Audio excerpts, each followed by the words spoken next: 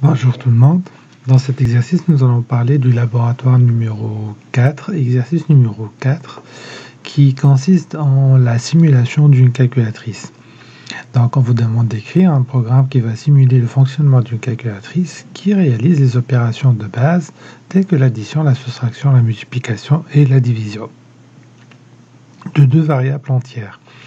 Et comme exemple d'exécution, vous allez saisir la variable x et la variable b, ou bien la variable a et b comme vous voulez, x, y ou a et b, et saisir le type d'opération que vous voulez effectuer.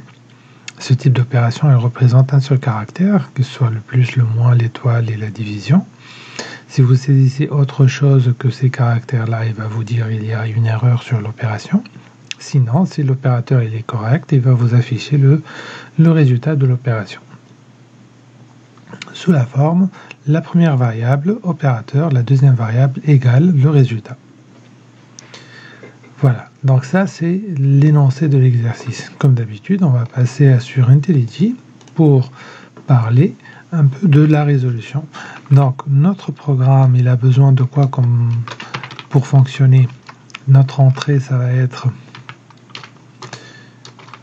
On a le A, le B qui sont des entiers, et nous avons l'opérateur qui va être un caractère. Voilà.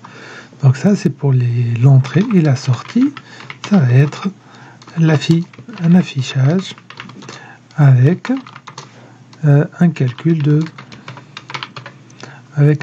qui représente, si l'opérateur c'est le moins, ça va être la soustraction. Très bien.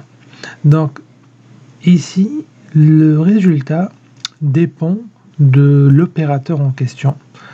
On va dire que selon l'opérateur choisi, nous aurons un résultat déterminé.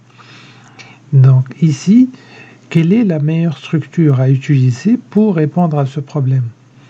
On peut utiliser la structure if imbriquée comme d'habitude. Pourquoi? Parce que vous avez, dans l'énoncé, il a donné 5 possibilités.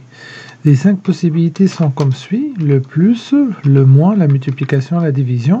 Et le dernier cas, c'est le cas où il y a une erreur de saisie. Donc ça, c'est les 5 possibilités. Quelle est la structure qui permet de donner un choix parmi 5? C'est la structure if imbriquée. Et vu que la particularité de la question, on est en train de manipuler un opérateur qui est sous la forme d'un caractère. Et on a 4 choix possibles et un dernier choix qui est le choix erroné. Donc, une des solutions à utiliser dans ce cas de figure serait le switch. Donc, comme solution, on pourrait utiliser if imbriqué, ou bien on peut utiliser aussi le switch, avec une préférence vers le switch parce que la variable que tu vas manipuler représente un caractère et le switch, on sait qu'il accepte les entiers, les caractères et les chaînes de caractères. Donc, on va essayer d'exécuter avec le switch. Notre algorithme il consiste comme suit. Donc, on va saisir le A, le B et l'opérateur. Ça, c'est la première chose, scanner. Vous connaissez l'opération, égale à new scanner system.in pour lire l'entrée standard, et ensuite system.out.println. On va saisir le A tout d'abord. Donc A égale. Ensuite, on va faire sc a int a égale sc.next int. Bravo. Ensuite, on va faire un petit copier-coller pour faire ça pour la... Voilà. Donc, on va faire ça pour le B aussi. Comme je vous ai dit, faites attention lorsque vous faites du copier-coller. N'oubliez pas de modifier les variables et les types de variables. Donc, opérateur. Et ici, on va mettre next tout court, point. Bien sûr, next, il retourne une chaîne de caractères, et nous, on a besoin d'un caractère, et on aura besoin du premier caractère de la chaîne. On peut même faire encore mieux, selon la chaîne qui a été saisie, si elle est composée de plus d'un caractère, je dis qu'il y a une erreur. Si elle contient un seul caractère et qu'il est un des 4, donc je travaille, s'il n'est pas un de ces 4 opérateurs de notre calculatrice, on dit qu'il y a une erreur. Donc il y a plusieurs façons de voir la chose ici. Ensuite, on a un autre opérateur, on a notre A, on a notre B. On va faire notre switch selon la valeur de l'opérateur. On va faire. Donc là, comme vous voyez, ça nous permet d'utiliser, lorsqu'on utilise l'opérateur switch, ça nous permet d'éviter d'écrire les conditions. Il suffit juste d'écrire case et vous mettez les valeurs correspondantes. Donc case plus, j'aurai un traitement break. Donc je vais juste écrire la structure. Ensuite, on va écrire le code. CTRL-Z, CTRL-V et le dernier c'est default et on va faire le traitement. Donc case plus, case moins, case division, case multiplication. Très bien. Donc ça c'est la structure de mon programme. Je sais que si c'est plus, je vais faire le plus, si c'est moins, je vais faire le moins, si c'est la division, je vais faire la division, si c'est l'étoile, je vais faire la multiplication. Et le default, je vais dire que l'opérateur il est erroné. Donc ici, je vais faire quoi? Je dois calculer un résultat. Donc je vais définir le résultat initialement que je vais mettre égal à 0. Donc ici, le résultat il est égal à quoi? Res égale donc A plus B. La même chose.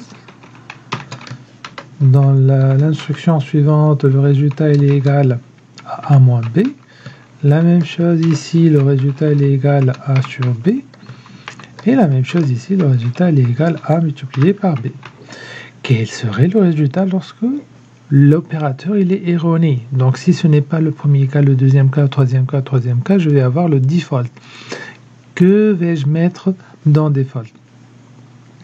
Donc on peut rajouter une variable booléenne pour dire qu'il s'agit d'un opérateur valide ou bien un opérateur invalide. Lorsqu'il entre dans le default, je sais que l'opérateur il est invalide. Ça c'est correct aussi.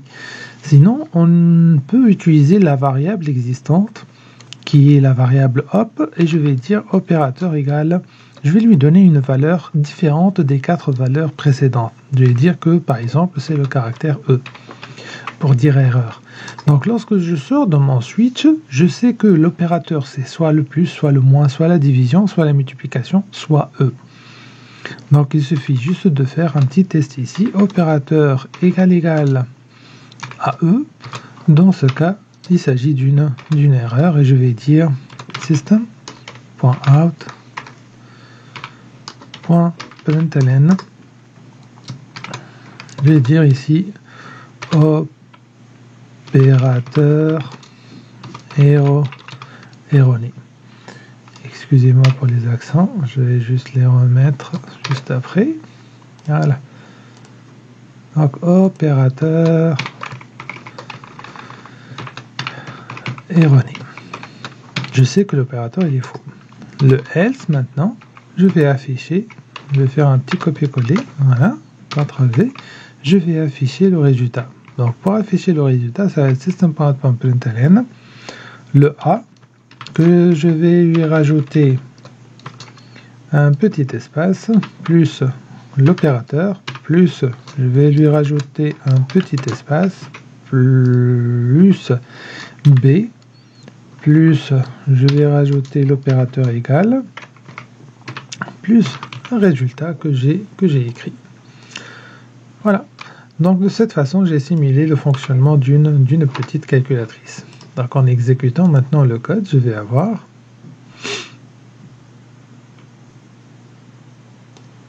on nous demande de saisir le A, on va mettre 5, le B c'est 7 et l'opérateur c'est la multiplication et je vais avoir 5 fois 7 égale à 35. Donc ce qui est bon, on va faire le cas pour un opérateur qui est erroné.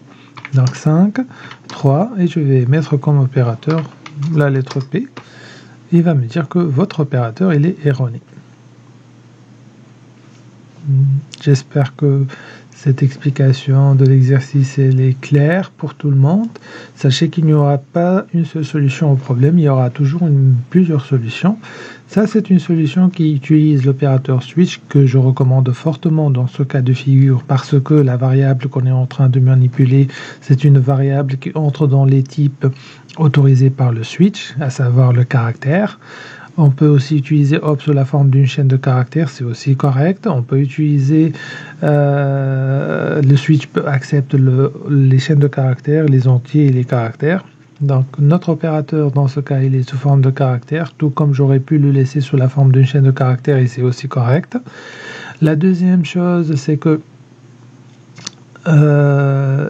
j'ai utilisé une variable qui permet à la fin du switch de faire l'affichage adéquat, c'est-à-dire s'il y a une erreur, je vais afficher une erreur, s'il n'y a pas d'erreur, je vais afficher le résultat correctement. J'espère que c'est clair pour tout le monde et on se voit dans une vidéo prochaine. Merci beaucoup pour votre attention.